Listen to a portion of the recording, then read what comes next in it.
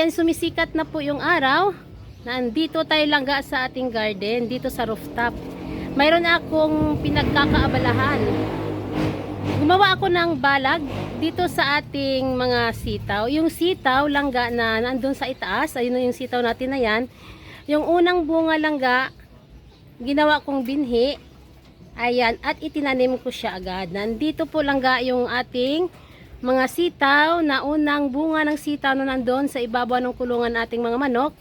Nagtanim po ako dito sa ibaba. Ayan, ito yung unang bunga. Itinanim ko siya, malalaki na. Ayun oh. Ayun oh, gumagapang na kasi sila. Ayan, gumagawa ako ngayon ng balag. Ayan yung ating sitaw sa baba. Ayan, nakabalde. Nasa balde ko itinanim. Medyo marami ang lupa ng ating balde. Hindi katulad doon sa ibabaw ng kulungan ng ating mga manok. Yung doon, maninipis lang po yun doon. Pero makita mo naman langga ang bunga. Ayun oh, bunga niya oh. Ganda ng bunga. Ayan, mag-harvest ako dyan mamaya. Ayan. Kanina nag-harvest na ako doon sa dulo. Doon. Pero hindi ko pa siya natapos kasi, ayan, gumawa ako ng balag. Ayan, yung naandito, haharbisin natin yan mamaya. Ayan, ganda ng mga bunga ng ating mga sitaw kahit maninipis lang yung mga paso na nandoon sa ibabaw ng kulungan ng ating mga manok. Ayan, no, ang aking ginawa, ayan, nagtali-tali ako dito langga, ayan, ang kawayan natin. Ayan, no, tinalian ko dito. Ayan, ang aking ginawa. Ayan, oh. Sana ito ay umuki naman yung aking paggawa ng balag kasi syempre hindi naman talaga tayo totaling magaling dyan. Syempre nakakawa-kawayan lang ito langga, pang balag-balag lang. Kasi ayan oh, yung ating sitaw dito, ayan oh, gumagapang na talaga. Kailangan ko nang gumawa ng balag. Ayan oh. Ang ganda ng tubo nila. Ganda, green na green. Ayan. Ayan. Silipin natin doon sa taas. Okay. Ayan. Andito na tayo sa itaas. Ayan po yung ating sitaw. Ayan oh. Ayan. Baba tayo ng konti. Ayan ang sitaw natin langga. Ayan yung ginawa kong balag. Hindi pa ako tapos. Ayan oh. Magdadagdag pa ako dyan ng kawayan. Ayan, sana yan ay maganda pag halimbawa, syempre pag umulan, sana tumibay, matibay naman yung aking pagtali dyan para hindi naman bumagsak. Gawang ano lang yan, gawang inday. Pero kahit ganun pa man, syempre, yan oh. Tiyaga-tiyaga lang langga para makapag-harvest tayo ng gulay. Ayan, gawa ko dyan na balag oh, ayan oh. Pagpatuloy natin yan para matatapos na yan. Nakapag-start na ako. Ay sabi ko ay i-update ko pala yung aking balag. Tara, ayan, itatali natin tong yung naunang yung mga naiwang mga kawayan.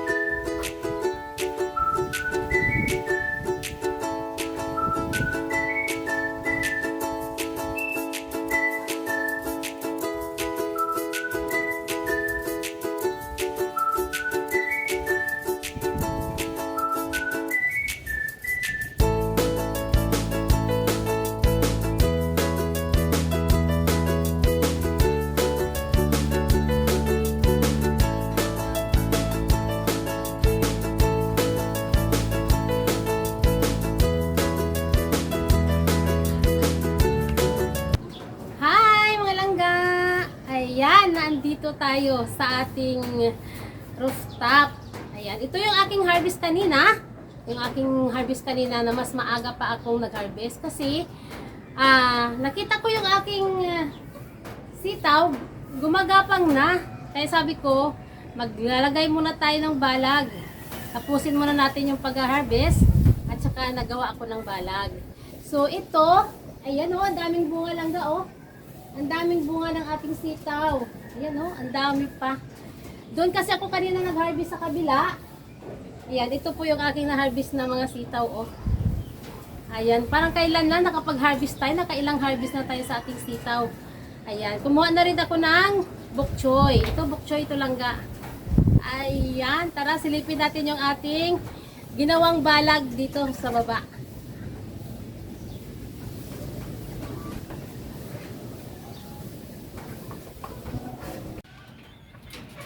Okay langga, ito na yung ating ginawang balag oh. Ayan. Ayan, silipin natin. Ayan ang aking ginawang balag sa ating sitaw. Ayan, sana matibay ito. Kasi alam nyo naman dito sa third floor, malakas yung hangin.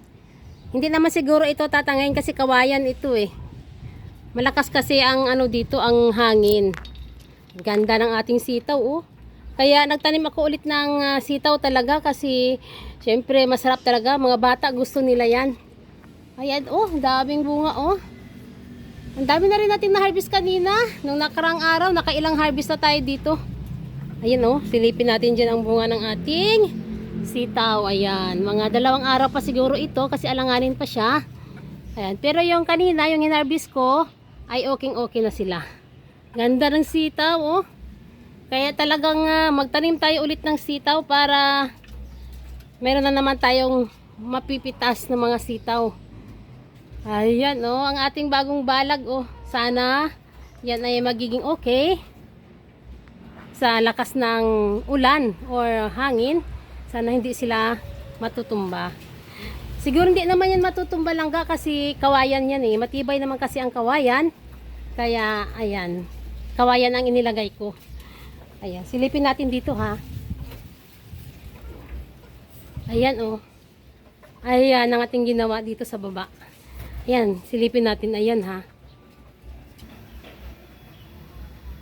Ayan langga ang ginawa nating balag. Ayan oh. Ayan.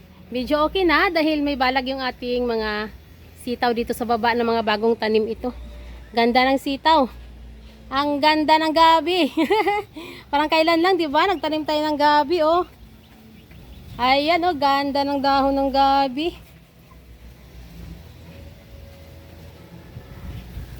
Ayan, ang ating gabi dito. Ayan, oh, ganda na, no? Ang bilis nilang lumaki kasi laging umuulan.